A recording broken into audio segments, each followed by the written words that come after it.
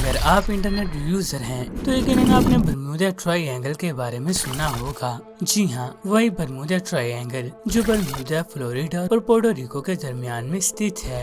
अगर इसे अर्थ की सबसे बड़ी मिस्ट्री में इंक्लूड किया जाए तो ये गलत न होगा। समुद्र के इस एरिया से गुजरने वाले कई भारी जहाज और इसके एग्जैक्ट ऊपर से गुजरने वाले कई हवाई जहाज बिल्कुल गायब हो गए। इतना ही नहीं बल्कि जो प्लेन खोए हुए विमानों की सर्च में निकला वो भी वापस ना लौट पाया।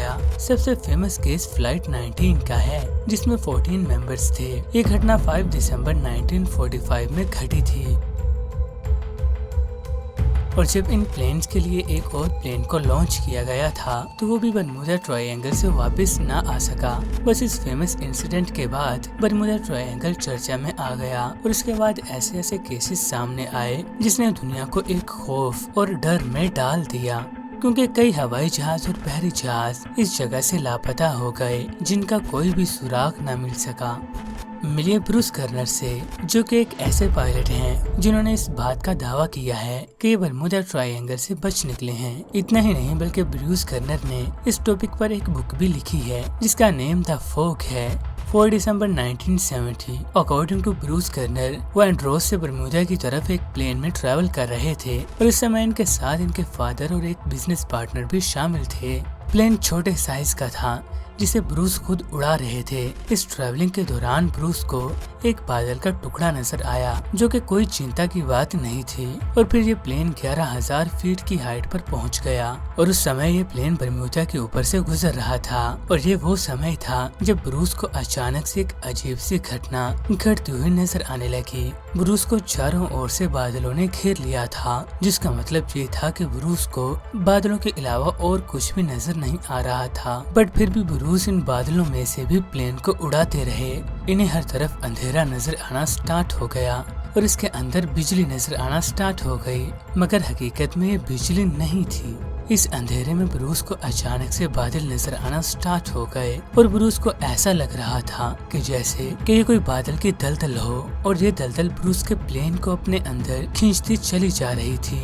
इस वक्त ब्रूस का जो हाल था वो आप समझ ही सकते हैं। ब्रूस पूरी तरह से डर चुका था, मगर बादलों ने ब्रूस का साथ फिर भी ना छोड़ा। इस मर्तबा ब्रूस को एक और हैरत अंगेज सीन दिखने को मिला।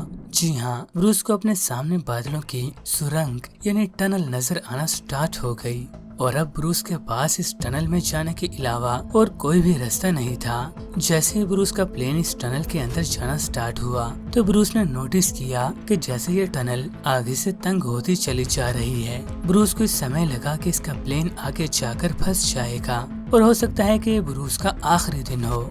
मगर दोस्तों, किस्मत से बादलों की ये टनल खत्म हो गई, मगर उस दौरान ब्रूस के प्लेन का सिस्टम ठीक से काम नहीं कर पा रहा था और ब्रूस ने एयर ट्रैफिक कंट्रोलर से भी कांटेक्ट करना चाहा, मगर बाद में पता चला कि ब्रूस का प्लेन रडार पर लोकेट ही नहीं हो पा रहा था। इस टनल के खत्म होने के बाद ब्रूस को अब सामने बिल्कुल साफ आसमान नजर आ रहा था, लेकिन जो बात सामने आई इसने ब्रूस के साथ साथ सभी को चौंका के रख दिया था। जैसे कि मैंने आपको स्टार्ट में बताया कि ब्रूस एंड्रोस से मियामी ट्रैवल कर रहे थे, तो दोस्तों ये सफर ऑलमोस्ट 75 मिनट्स का था, बट ब्रूस का प्लेन केवल 47 मिनट्स में मियामी पहुंच चुका था। ये सच में बहुत ही हैरान कर देने वाली बात थी। ब्रूस की समझ में ये बिल्कुल भी नहीं आ रहा था कि आखिर कैसे ब्रूस 28 मिनट्स पहले ही मियामी बीच पहुंच गया और तो और ब्रूस के प्लेन का फ्यूल भी इतना यूज नहीं हुआ था जितना मियामी पहुंचते वक्त होना चाहिए था। ब्रूस को ऐसा फील हो रहा था कि जैसे किसी ने इसके प्लेन को उठाकर मियामी बीच पर पहुंचा दिया हो। ब्रूस के साथ घटी जाने वाली ये घटना फेमस हो गई और ब्रूस ने इस पर एक बुक भी लिख डाली। ब्रूस की स्टोरी ने पूरी दुनिया को हैरत में डाल दिया था।